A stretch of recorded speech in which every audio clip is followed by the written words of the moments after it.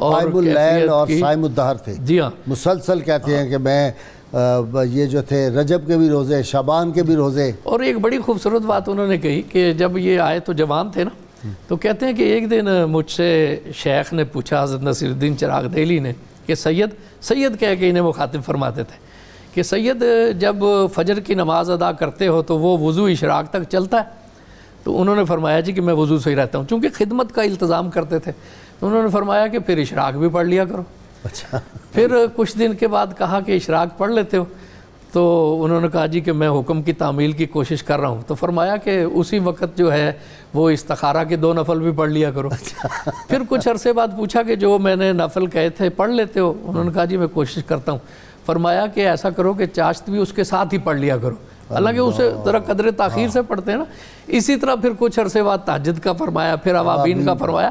یعنی یہ دیکھیں نا کہ یہ ایک تدریج ہے, تربیت کا انداز. آج ہم دیکھتے ہیں کہ بہت ساری جماعتیں ہیں, حلقے ہیں, لوگ داخل ہوتے ہیں نا تو ایک دم وہ پھر بہت زیادہ ایکسٹرا آرڈنری جذبات میں آ جاتے ہیں, اور پھر وہ جذبات ختم ہوتے ہیں تو بالکل زیرو بھی ہو جاتے ہیں. بس وہ تو غبارے میں ہوا بھری اور وہ غبارہ پھٹ گیا ایک جگہ پہ. پہلے بہت زیادہ شروع کر دیے, دیکھا 6 مہینے بعد, سال بعد داڑھی بھی منڈوا دی, پھر اذکار شروع ہوئے نا تو کیفیت طاری ہوئی. تو آپ نے شیخ سے عرض کی کہ اب میرا جی نہیں چاہتا کہ میں مطالعہ کروں, بس ذکر فکر میں رہنا چاہتا ہوں. آپ نے فرمایا نہیں, اس کام کے لیے علم بہت ضروری ہے. اور پھر کچھ ہدایہ اور تحاوی اور اس زمانے کی جو منتہی کتابیں تھیں وہ ان کے نام لے کر کہا کہ ان ساری کتابوں کو اچھی طرح پڑھو. واہ واہ. اور پھر یہ دیکھیے کہ یہ سمجھ گئے, پھر ساری زندگی ان کے نام میں ایک سرمستی ہے, مجاہدات کی زندگی سے بھی گزرے. لیکن جب مسند میں بیٹھ گئے نا گلبرگہ شریف میں, تو ہم دیکھتے ہیں کہ آخری عمر تک بالکل صاف کی زندگی میں تربیت کرتے ہیں, اور اس وقت ضرورت بھی اس کی تھی. یہ فتوحات مکیہ تو بڑی مشکل کتاب ہے, فصوص الحکم. میں نے اس کی شرح بھی پڑھی ہیں, تراجم بھی پڑھے ہیں, پر سچی بات ہے میرے تو ہاتھ کھڑے ہیں, پوری طرح سمجھ نہیں آئے. اس کی کچھ تو ہم بھی بیان کرتے ہیں, لیکن اس کو سمجھنا بڑا مشکل تھا, اور یہ کمال کر دیا. میں یہاں عرض کروں گا, جیسے کہ آپ نے ابتدا میں فرمایا کہ حضور بندہ نماز گیس دراز رحمۃ اللہ علیہ نے فصوص الحکم کی شرح کی. فتوحات مکیہ بھی آپ پڑھتے تھے, پڑھاتے تھے, اور لوگ آپ سے ان کی حقائق اور معرف آ کر سنتے تھے. میں نہیں سمجھتا کہ فصوص الحکم پڑھنے والا اور فتوحات مکیہ اور حضرت شیخ اکبر محی الدین ابن عربی کی کتب کا مطالعہ کرنے والا وحدت الوجود کا قائل نہ ہو. بالکل صحیح بات, 100%. یہ ہو نہیں سکتا. تو جب وحدت الوجود کا قائل ہوا, صرف قائل نہیں بلکہ دائی ہوا, دائی نہیں بلکہ مشاہدہ کر لیا. خود حضرت بندہ نواز ارشاد فرماتے ہیں عشق کے 5 مراتب ہیں. یہ آپ نے بیان کرنے کالر لے لے کہ وہ مراتب پھر شروع ہو جائیں گے ماشاءاللہ. اور سیدی کا بھی آپ نے آج بتانا یہ کس مرتبے پہ ہے ان 5 میں سے. جی السلام علیکم. جی کون صاحب؟ السلام علیکم جناب. جی وعلیکم السلام. محمد فاروق بات کر رہا ہوں لاہور سے. جی بھائی عمر فرمائیں. بات یہ ہے کہ میں ایک عرصہ تھا کہ میں بے روزگار ہو گیا تھا, تو میں بڑا پریشان تھا. ایک بزرگ سے میں نے بات کی تو انہوں نے جو مجھے ایک وظیفہ بتایا, انہوں نے کہا کہ ہفتے کے اندر انشاءاللہ کچھ ہو جائے گا. لیکن آپ یقین کریں کہ ایک ہی دن میں میرا جو ہے وہ نوکری کا انتظام ہو گیا. لیکن یہ انہوں نے یہ مجھ سے کہا تھا کہ یہ میری اجازت کے بغیر کسی کو بتانا نہیں ہے وظیفہ. تو اب یہ میرا بیٹا بے روزگار ہے, میں اس کو کیا کروں؟ بتا دیں اس کو, بتا دیں. یہ 3 بیٹھے ہوئے ہیں بڑے صوفی, ان تینوں سے اجازت لیتے ہیں. یہ تینوں آپ کو اجازت, چوتھا عاجز بھی دے رہا ہے. ان کا انتقال ہو گیا. نیکسٹ دیں, بالکل آپ کو اجازت ہے, بتائیں اپنے بیٹے کو, انشاءاللہ خیر کا کام ہے. السلام علیکم. اچھا جی ٹھیک ہے جی, ڈراپ ہوگی. جی بابا جی آپ بات کر رہے تھے 5 مراتب ہیں. آپ فرماتے ہیں حضور بندہ نواز گئے سدرات کہ 5 مراتب ہیں عشق کی. شریعت, طریقت, حقیقت, معرفت اور وحدت. اچھا 5واں یہ ہے, کیونکہ وحدت کو تصوف کی اصطلاح میں حقیقت محمدیہ, نور احمدیہ بھی کہتے ہیں. سبحان اللہ. کیونکہ احدیت اور وحدیت کے درمیان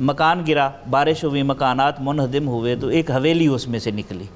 وہ ایسے محسوس ہوا جیسے شاہی محل تھا پرانے زمانے میں. تو کوشش کی گئی کہ اس میں کوئی چیز ملے. تو ایک سرکاری اہلکار گزر رہا تھا تو ایک سنہری تختی ملی، کچھ لکھا ہوا تھا اس کے اوپر. اس نے جا کر پڑھنے کی کوشش کی، بادشاہ سے ذکر کیا، ماہرین آئے تو انہوں نے کہا جی یہاں پر کوئی خزانہ مدفون ہے. ٹھیک. تو اب خزانے کی تلاش شروع ہو گئی. اس نے سارا جو حویلی تھی کھنڈر اس کو بنا دیا، لیکن خزانہ نہ ملا. تو اس کو خیال آیا کہ یہ عقدہ حل کر سکتے ہیں نصیر الدین چراغ دہلی رحمۃ اللہ علیہ. انہوں نے ایک خط بھیجا کہ یہاں خزانہ موجود ہے تو آپ ہماری رہنمائی فرمائیں. تو آپ نے فرمایا درویشوں کو خزانے سے کیا کام ہے، اور ساتھ کہا کہ 10واں حصہ آپ کو ملے گا. آپ نے جواب نہ دیا. دوسری دفعہ خط آیا اور کہا کہ میں اس وقت تک لکھتا رہوں گا جب تک مجھے خزانہ نہیں مل جائے. آپ نے پھر بندہ نواز گیسو دراز رحمۃ اللہ علیہ کی ڈیوٹی لگائی کہ آپ سید آپ جائیں اور جا کر ان کی اچھی طرح آپ نشاندہی کر کے آئیں. یہ بادشاہوں کی بھی بندہ نوازی کرتے ہیں. بندہ نوازی ہے، سبحان اللہ. اچھا یہ بندہ نواز گیسو دراز آج تک بھی کر رہے ہیں. ہاں جی کر رہے ہیں. پاکستان والوں کو تو بہت سمجھ آ گیا بالکل کس طرح بندہ نوازی کرتے ہیں. یہ بھی ہے کہ بادشاہوں کا پیٹ دولت سے بھرتا نہیں.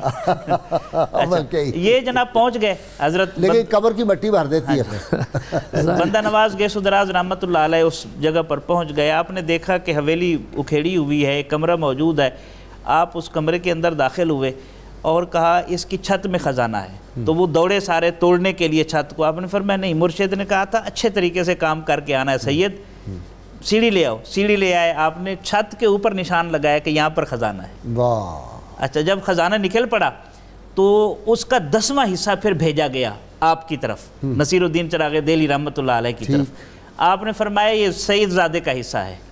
جب آپ کے پاس پہنچا تو آپ سارا لے کر مرشد کے پاس حاضر ہوئے. عرض کی حضور جتنا آپ نے مجھے عطا فرما دیا ہے اب اس کے بعد مجھے مزید کی ضرورت نہیں. اور بندہ نواز نے پھر بندہ نوازی فرمائی. آپ نے فرمایا یہ خزانہ بادشاہ کو واپس کر دو اور وہ غربا اور مساکین میں تقسیم کر دو. واہ واہ واہ سبحان اللہ. کچھ بھیک دیں اور خود کہیں منگتے کا بھلا. کوئی اندازہ کر سکتا ہے اس کے زور بازو کا نگاہ مرد مومن سے بدل جاتی ہیں تقدیریں.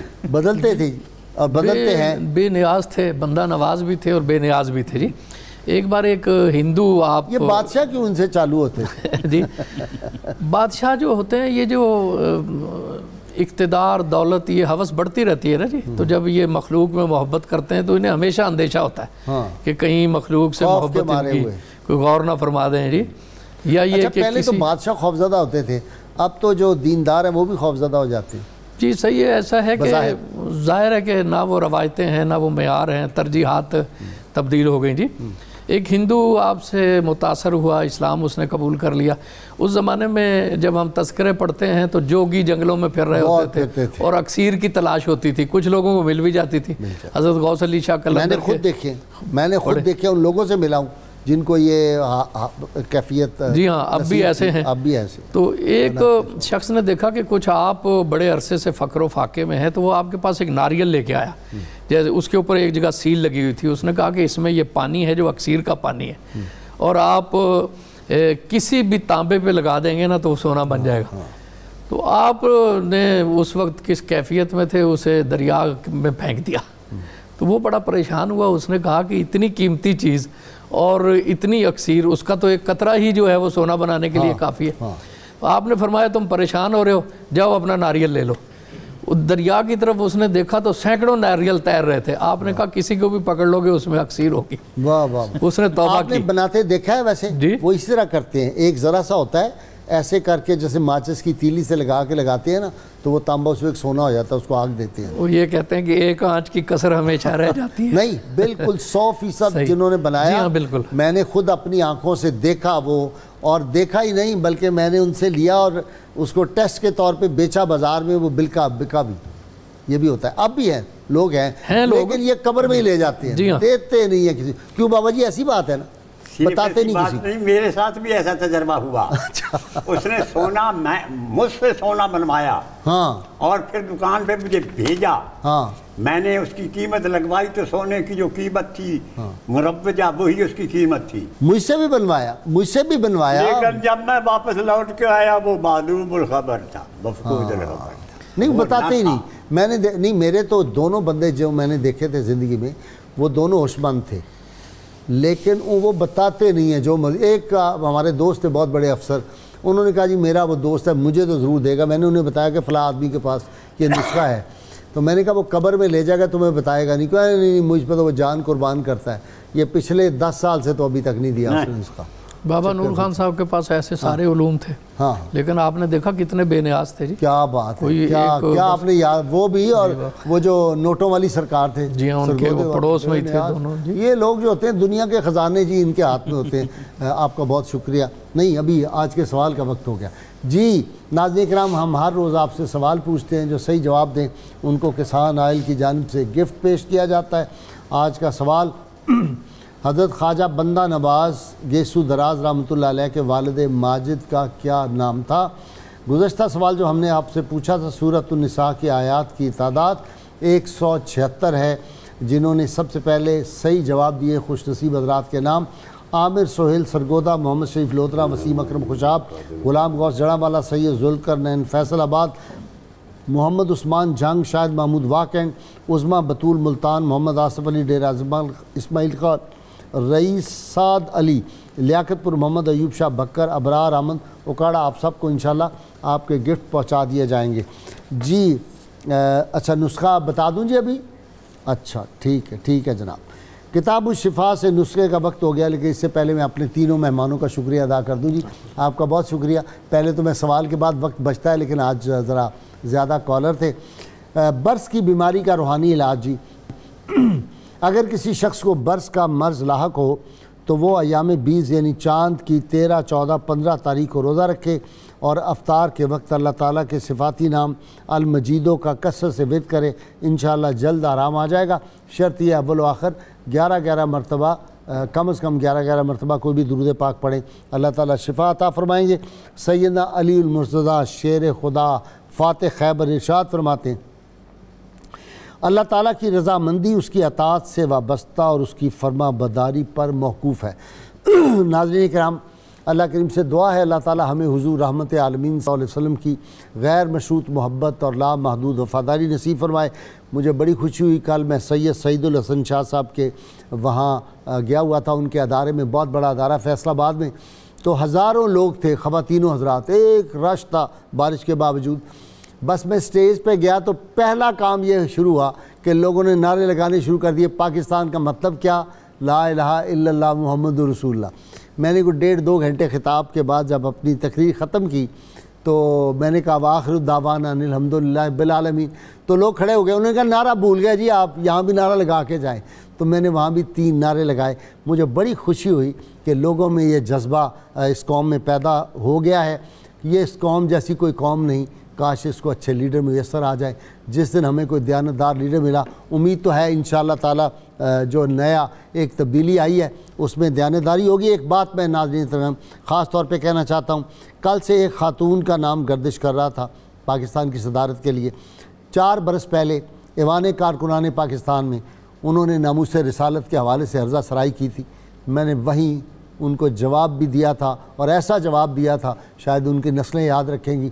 اور مجید نظامی مرحوم وہاں پہ موجود تھے, پیر کبیر علی شاہ صاحب وہاں موجود تھے, جسٹس جو تھے منیر مغل موجود تھے, اور بڑے علامہ احمد علی قصوری رحمۃ اللہ علیہ موجود تھے, بڑے بڑے علماء موجود تھے. میں نے وہاں پہ ان کو جواب دیا تھا. میری ایک گزارش ہے, نبی کریم صلی اللہ علیہ وسلم کے گستاخ جس حکومت نے بھی رکھے ہیں ان کے زوال کا سبب پچھلی حکومت کا یہ تھا, انہوں نے ایسے لوگوں کو وزیر بنایا جو نبی کریم صلی اللہ علیہ وسلم کی ناموس کے قانون کے خلاف باتیں کرتے تھے. خدا کے لیے اس سے باز آ جائیں. یہ ساری عزتیں, ساری شانیں, ساری عظمتیں, ساری رفتیں دربار مصطفیٰ صلی اللہ علیہ وسلم کا صدقہ ہے. اور حضور صلی اللہ علیہ وسلم کی اگر ناموس کے قانون کے خلاف کوئی بات کرتا ہے تو پھر دیکھ لیں ان کا جو ان کا ساتھ دیتا ہے پھر ان کا مقدر زوال ہوتا ہے. اقتدار آنی جانی چیز ہے, اس لیے بڑا خبردار رہنا ہے. کسی ایسے آدمی کو اقتدار میں شریک نہیں کرنا جو اللہ اور اللہ کے رسول صلی اللہ علیہ وسلم کا دشمن ہو. تیار ہو جائیے نعرے کے لیے. میرے تینوں مہمان بھی لگائیں گے, میرے ناظرین سامعین, کیونکہ مجھے تو ڈیوٹی لگی ہوئی ہے. میری تو ماں کے دودھ سے مجھے یہ ملا ہے کہ ناموس رسالت کی جنگ جو ہے یہ ہم نے ساری زندگی اس کی حفاظت کرنی ہے, اپنی جانوں, مالوں, ایمانوں, اولادوں سے بھی بڑھ کے ہمیں یہ عزیز ہے. تیار ہو جائیے نعرے کے لیے. پاکستان کا مطلب کیا؟ لا الہ الا اللہ محمد رسول اللہ صلی اللہ علیہ وسلم.